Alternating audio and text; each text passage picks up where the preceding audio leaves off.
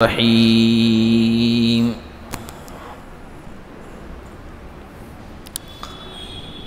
الذین یلمزون المطوعین من المؤمنین فی الصدقات والذین لا یجدون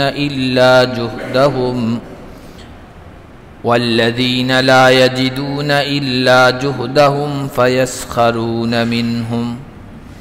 سخر اللہ منہم ولہم عذاب علیم۔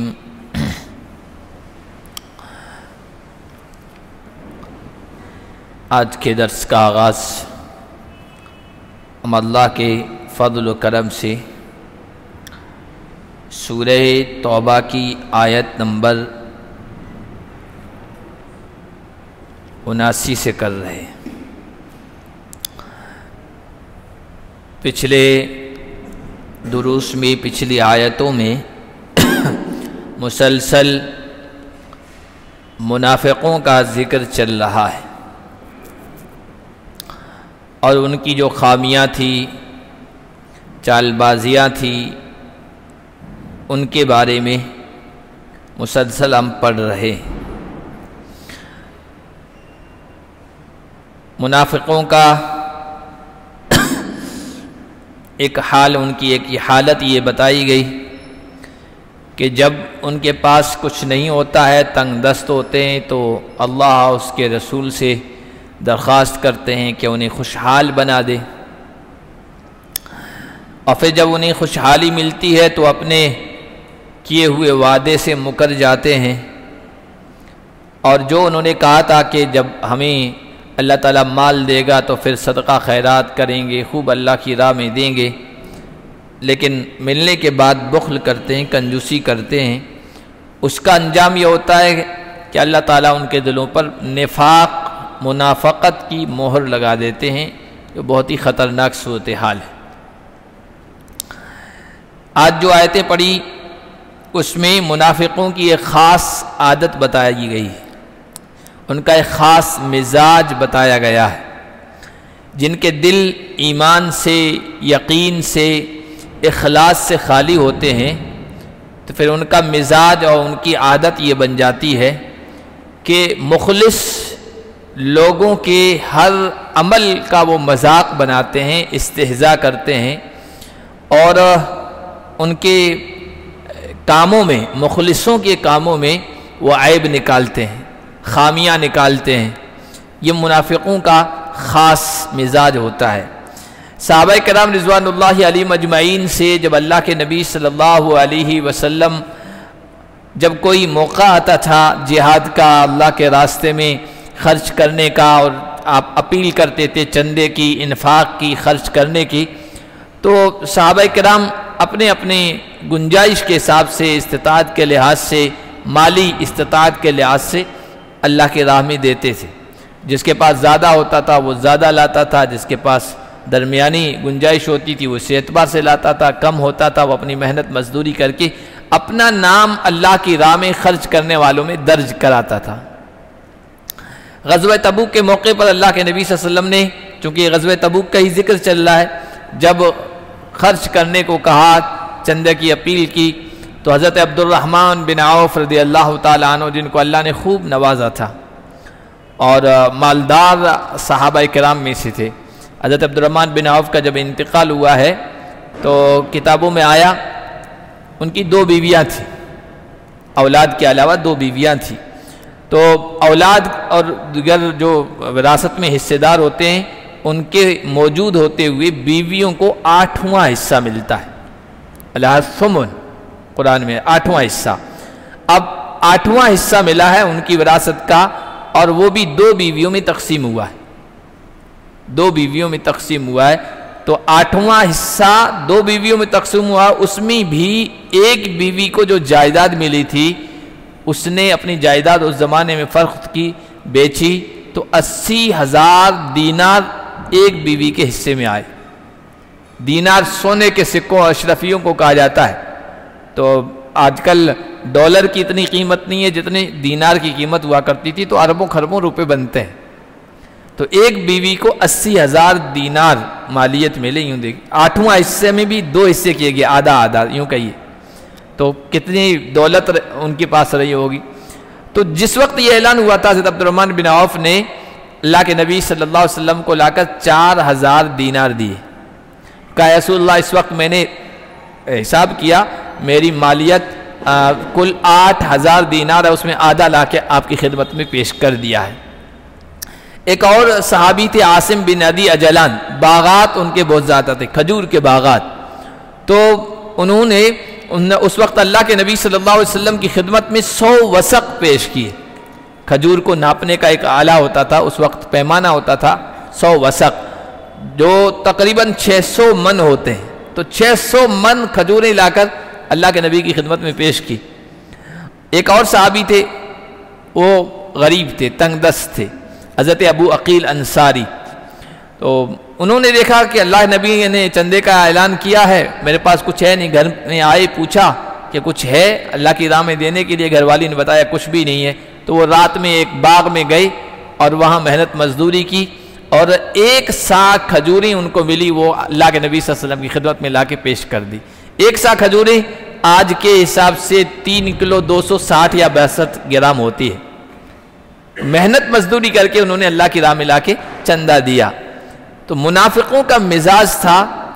کہ میں نے ابھی بتایا کہ کاموں میں خامیاں نکالنا،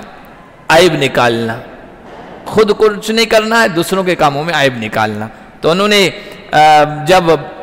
مالدار صحابیوں نے پیش کیا، کہنے لگے یار یہ تو ریاکاری کرتے ہیں، دکھاوا کرتے ہیں، اتنا زیادہ چندہ دے دیا اور اللہ کی راہ میں دیکھ دیا، یہ سب دکھاوے کے لیے کر رہے ہیں۔ اور جو بیچارے غریب تھے، حضرت ابو عقیل انصاری، انہوں نے وہ 1 سا کھجوریں پیش کی، اللہ کے نبی کو ان کا یہ خرچ کرنا اتنا پسند آیا کہ جو بڑے بڑے لوگوں نے دیا تھا نا، اس پر ان کی کھجوریں یوں بکھیر دی کہ یہ دیکھو محنت مزدوری کر کے لائے۔ تو ان کا جب چندہ دیکھا تو کہنے لگے لو، عوامی زبان میں کہتے ہیں ٹڈی کی ٹانگ بھی آ گئی، گو لو ٹڈی کی ٹانگ آ گئی، اور یہ اس سے روم کے اور فارس کے محلات فتح کریں گے اتنا 1 سا دے کر۔ تو یہ ایک عام مزاج تھا ان کا، یعنی کسی بھی حالت میں خامیاں نکالنا۔ اللہ تعالیٰ نے ان کا یہ مزاج بتایا، الذین یلمزون المتطوعین من المؤمنین فی الصدقات، وہ لوگ جو صدقہ و خیرات میں خوشی خوشی خرچ کرنے والے ایمان والوں کے عیب نکالتے ہیں، والذین لا یجدون الا جہدہم، اور ان لوگوں میں عیب نکالتے ہیں جو اپنی محنت مشقت کے علاوہ کچھ نہیں پاتے ہیں، محنت مزدوری کر کے بھی اللہ کی راہ میں دیتے ہیں تاکہ اللہ کی راہ میں خرچ کرنے والوں میں ان کا بھی نام آ جائے، فہرست میں نام آ جائے۔ فیسخرون منہم، اور ان کا مذاق اڑاتے ہیں،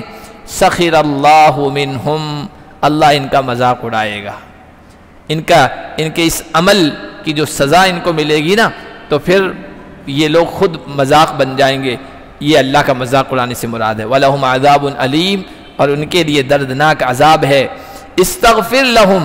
او لا تستغفر لهم ان تستغفر لهم 70 مرة فلن يغفر اللہ لهم۔ اللہ نے فرمایا اپنے حبیب صلی اللہ علیہ وسلم سے، اے نبی آپ ان کے لیے استغفار کیجئے یا استغفار نہ کیجئے۔ ان تستغفر لهم 70 مرة، اگر 70 مرتبہ بھی ان کے لیے استغفار کریں گے، فلن یغفر اللہ لهم، اللہ ان کی بخشش نہیں کرے گا، ان کو معاف نہیں کرے گا، ان کی مغفرت نہیں ہوگی۔ اور 70 مرتبہ بھی عربی میں زیادتی کو بتانے کے لیے کہتے ہیں کہ اگر ہم جیسے کہتے ہیں 100 مرتبہ بھی یہ معافی مانگ لے، 1000 مرتبہ بھی معافی مانگ لے، تو مقصد یہ ہوتا ہے کہ چاہے جتنی بھی آپ ان کے لیے مغفرت کی دعا کر دیں، اللہ ان کو معاف نہیں کرے گا، ان کا جرم بہت بڑا ہے۔ ذَلِكَ بِأَنَّهُمْ كَفَرُوا بِاللَّهِ وَرَسُولِهِ، یہ اس وجہ سے کہ انہوں نے اللہ کا انکار کیا اور رسول کا انکار کیا، اللہ کی وحدانیت کو تسلیم نہیں کیا، رسول کی رسالت کو، نبوت کو تسلیم نہیں کیا، اس کا انکار کیا ہے، اس وجہ سے ان کی بخشش نہیں ہوگی۔ وَاللَّهُ لَا يَهْدِي الْقَوْمَ الْفَاسِقِينَ، اور پر مزید یہ کہ ان کو سمجھایا جا رہا ہے، نصیحت کی جا رہی ہے، منافقت دوغلپن کو چھوڑنے کو کہا جا رہا ہے، اس کو چھوڑنے کے لیے بھی تیار نہیں ہے، اور ذرا بھی جذبہ نہیں ہے دل میں کہ ہم سچے پکے مومن بن جائیں، اس لیے ایسے فاسق لوگوں کو، حد سے گزرنے والے لوگوں کو اللہ تعالیٰ کبھی ہدایت نہیں دیتا۔ اللہ ہدایت کسے دیتا ہے؟ اللہ صحیح راستہ کسے دکھاتا ہے؟ جس کے اندر بھی تڑپ ہو، جذبہ ہو۔ بار بار درس میں بتایا جاتا ہے کہ اندر جذبہ تھا سچ قبول کرنے کا، صحیح راستے پہ آنے کا، تو اللہ تعالیٰ حبشے کے بلال کو اللہ نے توفیق دے دی، فارس کے، ایران کے سلمان فارسی کو اللہ تعالیٰ نے توفیق دے دی، صہیب رومی کو توفیق دے دی، غفار سے ابو ذر رضی اللہ تعالیٰ عنہ کو توفیق دے دی۔ دور دور سے لوگ آئے اور اللہ کے نبی صلی اللہ علیہ وسلم کی نبوت کو تسلیم کر لیا۔ اور اندر جذبہ نہیں تھا تو پھر سگے، قریبی، خونی رشتہ دار نبی پاک صلی اللہ علیہ وسلم کے سگے تھے، قریبی تھے، کعبے کے متولی تھے، زمزم پیتے تھے، کعبے کو روزانہ دیکھا کرتے تھے، اندر سے سچ بات کو قبول کرنے کا جذبہ نہیں تھا، تو یہ سب باتیں بھی کام نہیں آئی۔ ابو جہل، ابو لہب، عتبہ، شیبہ، ولید، امیہ ابن خلف، یہ کوئی غیر نہیں تھے، اللہ کے نبی صلی اللہ علیہ وسلم کے قریبی رشتہ دار تھے، اور اپنے آپ کو قریش کے بڑے چودھری کہتے تھے، کعبے کے متولی کہلاتے تھے، لیکن اندر جذبہ نہیں تھا سچ بات کو قبول کرنے کا، تو پھر اللہ نے بھی ہدایت نہیں دی۔ وَيَهْدِي إِلَيْهِ مَن يُنِيبُ، جو اللہ کی طرف متوجہ ہوتا ہے، سچ کا متلاشی رہتا ہے، تو اللہ اسے ہدایت دے دیتا ہے۔ فَرِحَ الْمُخَلَّفُونَ بِمَقْعَدِهِمْ خِلَافَ رَسُولِ اللَّهِ وَكَرِهُوا أَن يُجَاهِدُوا بِأَمْوَالِهِمْ وَأَنفُسِهِمْ فِي سَبِيلِ اللَّهِ، اللہ کے نبی کے بعد آپ کے پیچھے بیٹھے رہ جانے والے، پیچھے چھوڑ دیے جانے والے خوش ہوئے۔ یہ جو منافق غزوہ تبوک میں پیچھے رہ گئے تھے اور مذاق اڑاتے تھے کہ دیکھو اب ان کو پتہ چلے گا روم کی منظم اور مضبوط طاقتور فوج کا مقابلہ کرنے جا رہے ہیں، عرب کے لوگ نہیں ہیں کہ ان کو ختم کر دیا اور اب ان کو بھی ختم کر دیں گے، اب ان کو پتہ چلے گا کہ جہاد کیا ہوتا ہے، لڑائی کیا ہوتی ہے، مقابلہ کیا ہوتا ہے۔ اور خود کے پیچھے رہ جانے پر کہ ہم پیچھے رہ گئے ہیں، بہت گرمی تھی، گرمی کا موسم تھا، سخت گرمی تھی، دور دراز کا سفر تھا، سامنے دشمن بھی بہت خطرناک تھا، سپر پاور اس وقت کی طاقت تھی روم کی، رومن امپائر کی، تو یہ یہاں بیٹھے بیٹھے شادیاں بجا رہے تھے، گھی کے چراغ یوں کہ یہ جلا رہے تھے، اچھا ہوا ہم نہیں گئے، گرمی سے بھی بچ گئے، دشمن پتہ نہیں وہاں ان کا کیا حشر کرے گا، اس سے بھی بچ گئے۔ وَكَرِهُوا أَن يُجَاهِدُوا، ان لوگوں نے ناپسند کیا کہ وہ جہاد کریں اپنے مالوں کے ذریعے سے، اپنی جان کے ذریعے سے اللہ کے راستے میں۔ وَقَالُوا لَا تَنْفِرُوا فِي الْحَرِّ، وہ کہنے لگے، صرف خود ہی نہیں بیٹھ گئے، منافقوں کا کام یہ نہیں ہوتا کہ خود نیکیوں سے اور اچھے کاموں سے اور دین کی خدمت سے، دین کے غلبے کی محنت و کوشش سے پیچھے رہ جائیں، بلکہ ان کا کام یہ بھی ہوتا ہے دوسروں کو بھی ورغلائیں، دوسروں کو بھی بہکاویں، دوسروں کو بھی صحیح راستے پہ نہ آنے دیں۔ کہنے لگے لا تنفروا فی الحر، گرمی میں مت کوچ کرو، گرمی میں مت جاؤ۔ قل نار جہنم اشد حرا، اے نبی آپ کہہ دیجئے جہنم کی آگ تو اس سے بھی زیادہ گرم ہے۔ یہ اس آگ کی یعنی اس سورج کی تپش سے، دنیا کی آگ سے یا گرمی سے کہیے، سورج کی تپش اور گرمی سے بچنے کی کوشش کر رہے ہیں، اس پر خوش ہو رہے ہیں کہ ہم سفر میں گرمی سے بچ گئے ہیں، حالانکہ جہنم کی گرمی، جہنم کی تپش، جہنم کی آگ تو اور بھی زیادہ گرم ہے، اس سے بچنے کی ان کو کوشش کرنا چاہیے۔ یہ یہاں کی گرمی سے بچ گئے خوش ہو رہے ہیں، یہ تو ایسی مثال ہے جیسے سورج کی دھوپ سے بچنے کے لیے آگ کی پناہ لے رہے ہیں، جہنم کی پناہ لے رہے ہیں۔ اور جہنم کی آگ سخت کتنی ہے، حدیثوں میں آیا، تفسیر میں بھی آتا ہے بار بار۔ اللہ کے نبی صلی اللہ علیہ وسلم نے بیان فرمایا، یہ جو تمہاری دنیا کی آگ ہے، اس سے یہ 70واں حصہ ہے، کہیے 69 حصے جہنم کی آگ بڑی ہوئی ہے۔ یہ ایک حصہ ہے دنیا کا، اور اس کا حال کیا ہوتا ہے، پل بھر میں انسانوں کو جلسہ کے رکھ دیتی ہے۔ دیکھیے بس کا حادثہ ہوا ابھی، آپ سب کتنے سارے لوگ جل کے خاکستر ہو گئے، ختم ہو گئے، اور ان کے جسم جل گئے۔ یہ دنیا کی اس آگ کا حال ہے، جہنم کی آگ 69 درجے بڑی ہوئی۔ حدیث میں آیا، اللہ کے نبی صلی اللہ علیہ وسلم نے فرمایا، جہنم کی جو آگ ہے اس کو 1000 سال دہکایا گیا تو اس کا جو کلر ہے نا وہ سرخ ہوا، پھر 1000 سال دہکایا گیا، گرمایا گیا تو سفید ہوا، پھر اس کو دہکایا گیا تو انتہائی کالی ہو گئی ہے، سیاہ ہو گئی ہے، اب جو اس کا کلر ہے وہ سیاہ ہے اور بہت ہی خطرناک ہے، اتنا کہ حدیث میں آیا جہنمی جو سب سے ہلکے عذاب والا ہوگا، جہنم میں جس کو سب سے ہلکا عذاب دیا جائے گا، اس کو آگ کے جوتے پہنائے جائیں گے، اس کے تلوے کے نیچے، پاؤں کے نیچے آگ کے انگارے رکھے جائیں گے، یوں کہ یہ جوتے پہنائے جائیں گے، اور اس کی گرمی اتنی ہوگی، اس کی ہیٹ اتنی ہوگی کہ اس کی گرمی کی وجہ سے اس کا دماغ ہانڈی کی طرح کھولے گا۔ سب سے ہلکا عذاب اس کو دیا جائے گا، حالانکہ وہ یہ سمجھ رہا ہوگا سب سے خطرناک عذاب مجھے دیا جا رہا ہے۔ اب آپ دیکھیے کتنا خطرناک آگ کا عذاب ہوگا۔ تو فرمایا یہ تو دنیا کی گرمی سے بچ کر خوش ہو رہے ہیں اور کہہ رہے ہیں اس گرمی میں مت نکلو، ان سے کہیے جہنم کی آگ تو اس سے بھی زیادہ سخت ہے، اس سے بھی زیادہ بڑی ہوئی ہے گرمی میں۔ بعض حضرات نے مثال دے کے سمجھایا، بلکہ غالباً حدیث کا حوالہ دیا کہ اگر جہنم کا ایک انگارہ، ایک چنگاری مشرق میں گر جائے نا تو اس کی تپش و گرمی سے مغرب والے بھی جھلسیں گے، محسوس کریں گے۔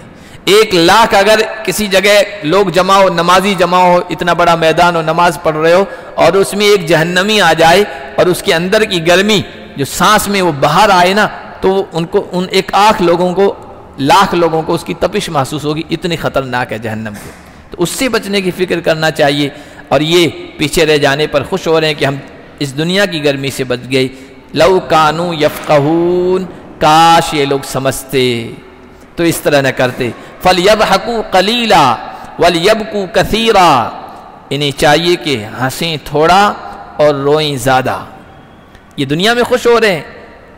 اب آگے جو ان کا حشر ہونے والا ہے، مرنے کے بعد قبر سے لے کے پھر برزخ کا معاملہ اور پھر آخر تک، یہ بہت معاملہ ایسا ہوگا جو بہت زیادہ رونے والا ہوگا۔ جزاء بما كانوا يكسبون، اس کا بدلہ جو یہ کیا کرتے تھے، منافقت کی انہوں نے، اس کا بدلہ یہ ہوگا کہ آگے ان کو رونا ہی رونا نصیب ہوگا۔ علماء کرام نے اس آیت کے ذیل میں ضمن میں لکھا فَلْيَضْحَكُوا قَلِيلًا، چاہیے لوگوں کو چاہیے کہ ہنسیں کم اور روئیں زیادہ۔ دنیا میں انسان کا مزاج ہوتا ہے، فطرت میں مزاج میں ہنسے گا بھی، ہنسنے والی باتوں سے ہنسے گا بھی، رونے والے باتوں سے اس کے ماحول سے اس کو رونا بھی آئے گا، آنکھوں میں آنسو بھی آئیں گے۔ لیکن آج کل یہ جو مزاج بن گیا ہے لوگوں کا، ہنسی کا، مذاق کا،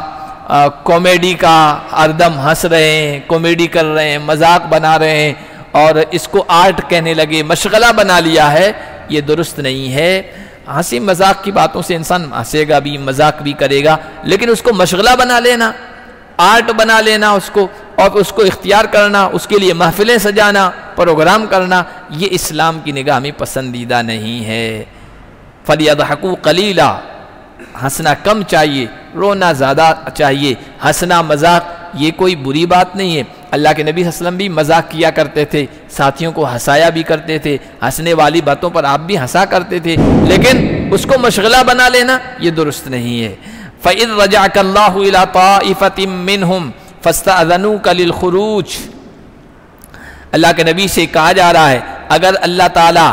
آپ کو واپس لوٹا دے ان میں سے ایک گروہ کی طرف،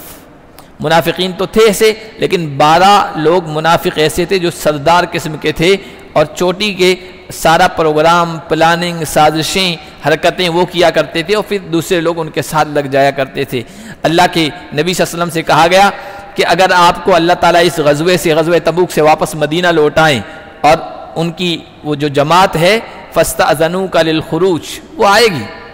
وہ تو یہ سوچ رہے ہیں، پہلے بھی ہم درس میں پڑھ چکے ہیں، وہ تو کہہ رہے ہیں کہ اب یہ گئے ہیں رومیوں کی طرف، واپس نہیں لوٹ پائیں گے، زندہ واپس نہیں آ پائیں گے، ان کا خاتمہ ہو جائے گا، لیکن اللہ آپ کو واپس لوٹائیں گے۔ تو اب یہ لوگ آئیں گے اور آپ سے نکلنے کی اجازت چاہیں گے، بہانے کریں گے، ابھی ہم پیچھے رہ گئے اور فلاں فلاں ہمارے پاس عذر تھا، حالات ایسے نہیں تھے کہ ہم نکل سکیں، پریشانی تھی، کچھ رکاوٹیں تھیں، اب آپ جو ہے نا کسی بھی مہم پر صحابہ کو بھیجیں تو ہم اس کے لیے تیار ہیں، آپ ہمارا بھی نام فہرست میں لکھ دیں، ہم بھی جہاد کرنے جائیں گے۔ اب اگر یہ اجازت لینے آئیں فَقُلْ لَن تَخْرُجُوا مَعِيَّ أَبَدًا، اے نبی آپ کہہ دینا تم میرے ساتھ اب کبھی بھی نہیں نکلو گے، وَلَن تُقَاتِلُوا مَعِيَّ عَدُوًّا، اور میرے ساتھ ہرگز کسی دشمن سے نہیں لڑو گے، اب مہلت ختم۔ اِنَّكُمْ رَضِيتُمْ بِالْقُعُودِ أَوَّلَ مَرَّةٍ، پہلی مرتبہ تم بیٹھنے پر راضی ہو گئے تھے، خوش تھے، خوشیاں منا رہے تھے، ہم گرمی میں نہیں نکلے، آرام سے یہاں مزے سے بیٹھے رہے۔ فَاقْعُدُوا مَعَ الْخَالِفِينَ، لہذا پیچھے بیٹھے رہ جانے والوں میں تم بھی بیٹھ جاؤ۔ یہ انتہائی ذلت کا انداز ہے۔ انہیں کہا جا رہا ہے کہ تم بہادر تھے، مرد تھے، طاقتور تھے، صحت مند تھے، خوشحال تھے، پیچھے رہ جانے کا کوئی ظاہری عذر نہیں تھا، تمہیں جانا چاہیے تھا لڑنے کے لیے، تبوک کی اس لڑائی میں حصہ دار بننا چاہیے تھا، لیکن تم نہیں بن سکے۔ اب آ رہے ہو دوبارہ کہیں جانے کے لیے، اجازت کے لیے، اب اجازت نہیں ملے گی، اب پیچھے رہ جانے والوں میں تم بھی بیٹھ جاؤ۔ اور پیچھے کون رہتے ہیں؟ جب لڑائی کا موقع آتا ہے اور کسی کا مقابلے کا موقع آتا ہے نا، تو پیچھے رہ جانے والوں میں عورتیں ہوتی ہیں، بچے ہوتے ہیں، معذور ہوتے ہیں، بوڑھے ہوتے ہیں، یہی لوگ ہوتے ہیں جو پیچھے رہتے ہیں۔ باقی لڑنے کی جس میں صلاحیت ہوتی ہے وہ میدان میں نکلتا ہے، تو تم عورتوں کی طرف پیچھے بیٹھے رہو۔ ان کو یہ کہا گیا وَلَا تُصَلِّ عَلَىٰ أَحَدٍ مِّنْهُمْ مَاتَ أَبَدًا وَلَا تَقُمْ عَلَىٰ قَبْرِهِ۔ نبی علیہ السلام سے کہا گیا ان منافقین کے بارے میں، ان میں سے کسی کی نماز جنازہ نہیں پڑھنا ہے، ان میں سے جو مر جائے کبھی بھی آپ کو نماز جنازہ نہیں پڑھنا ہے اور نہ اس کی قبر پر کھڑا ہونا ہے۔ منافقین کچھ ایسے تھے جن کے بیٹے، جن کی اولاد پکی سچی مخلص وفادار حضور کے وفادار صحابہ تھے، یعنی اپنے والدین کے روش کو، ان کے طرز کو انہوں نے چھوڑ دیا تھا۔ وہ منافق تھے لیکن وہ پکے سچے، اولاد پکی سچی مومن تھی۔ ان میں سے ایک عبداللہ بن ابی جو منافقوں کا سردار تھا نا، ان کا جو بیٹا تھا اس کا نام حبحاب تھا، لیکن حضور نے چینج کر دیا تھا، تبدیل کر دیا تھا اور کہا تمہارا نام عبداللہ ہی رکھو۔ تو بیٹے کا نام بھی عبداللہ حضور نے رکھا تھا۔ بیٹا پکا سچا حضور کا جانسار تھا۔ عبداللہ بن ابی نے ایک موقع پر نبی پاک صلی اللہ علیہ وسلم کے بارے میں کچھ الفاظ کہتے گستاخانہ، ایک انصاری صحابی اور ایک مہاجر صحابی، یعنی مکے سے آنے والے مہاجر جو مائگریٹ ہو کے آئے، ہجرت کر کے آئے، ان میں کسی بات میں کچھ انبن ہو گئی، کچھ جھگڑا ہو گیا، تو یہ بات منافقوں نے بہت اڑائی کہ دیکھو ان کو ہم نے ٹھکانہ دیا، مہاجروں کو، مکہ سے آنے والوں کو، اور یہاں اب ان کو خوشحالی مل گئی تو ہم سے ہی الجھنے لگ گئے، ہم سے ہی لڑنے لگ گئے۔ عبداللہ بن ابی نے اس موقع پر کہا تھا دیکھو یہ تو ایسا ہی ہو گیا، سمن کلبہ کا یاکل، اپنے کتے کو نعوذ باللہ نبی پاک صلی اللہ علیہ وسلم کے بارے میں اور صحابہ کے بارے میں کہہ رہا کہ کتے کو خوب کھلاؤ پلاؤ، موٹا ہو جائے گا اور جب تندرست ہو جائے گا تو تم کو ہی کاٹے گا، یا ہم کو ہی کاٹنے لگ گئے۔ یہ بات ان کے بیٹے عبداللہ بن حضرت عبداللہ کو پہنچ گئی کہ میرے باپ نے حضور کے بارے میں ایسا کہا، اور یہ جملے کہے اب ان کو ہم مدینے سے نکال دیں گے، ٹھکانہ نہیں دیں گے۔ سورہ منافقون اس کے بارے میں 28ویں پارے میں آئی۔ تو بیٹے کو جب معلوم ہوا تو شہر سے وہ باپ آ رہا تھا، وہاں سے بیٹا وہاں پہنچ گیا اور اس کی سواری کی نکیل پکڑ کے کہنے لگا کہ تم نے کہا ہے کہ ان ذلیلوں کو، بے عزتوں کو، کم وزنوں کو مدینے سے نکال دو، اور قسم بخدا میں تجھے شہر میں نکلنے نہیں دوں گا جب تک کہ اللہ کے نبی اجازت نہ دے۔ اس طرح کے باپ سے جملے کہہ دیے۔ تو یہ عبداللہ بن ابی کا جب انتقال ہوا نا، تو بیٹے نے آ کر اللہ کے نبی صلی اللہ علیہ وسلم سے درخواست کی، یا رسول اللہ ابا جیسا بھی تھا انتقال ہو گیا ہے، اب آپ اپنا کرتا عنایت فرما دیجیے، رحمت والا کرتا میرے ابا کے جسم پہ لگ جائے گا، ہو سکتا ہے کچھ سہولت آسانی اللہ کی طرف سے ہو جائے، آپ کرتا عنایت فرما دیجیے۔ اور ساتھ یہ بھی درخواست کی رسول اللہ ہم کفن وغیرہ کا انتظام کر رہے ہیں، اور اس کے بعد آپ نماز جنازہ بھی پڑھا دیجیے۔ اللہ کے نبی مزاج کے اعتبار سے آپ کو پتہ ہے شفیق تھے، رحیم دے، رحم دل تھے، مشفق تھے، نرمی آ جاتی تھی آپ کے دل میں سخت سے سخت دشمن کے بارے میں بھی۔ تو بیٹا پکا جانسار تھا، حضور کا چاہنے والا تھا، بیٹے نے درخواست کی، حضور صلی اللہ علیہ وسلم نے مان لی، چلو یہ کرتا لے جاؤ، باپ کو کفن دے دو اور جب فارغ ہو جاؤ تو مجھے اطلاع کر دینا، میں نماز جنازہ پڑھ دوں گا۔ اللہ کے نبی صلی اللہ علیہ وسلم موقع پہ آئے، نماز جنازہ کی تیاری ہو رہی تھی، آگے بڑھ رہے تھے۔ حضرت عمر ابن خطاب رضی اللہ تعالی عنہ کا مزاج تو بہت سخت تھا، اصرار کے ساتھ کہا یا رسول اللہ اس کی نماز جنازہ آپ مت پڑھائیے،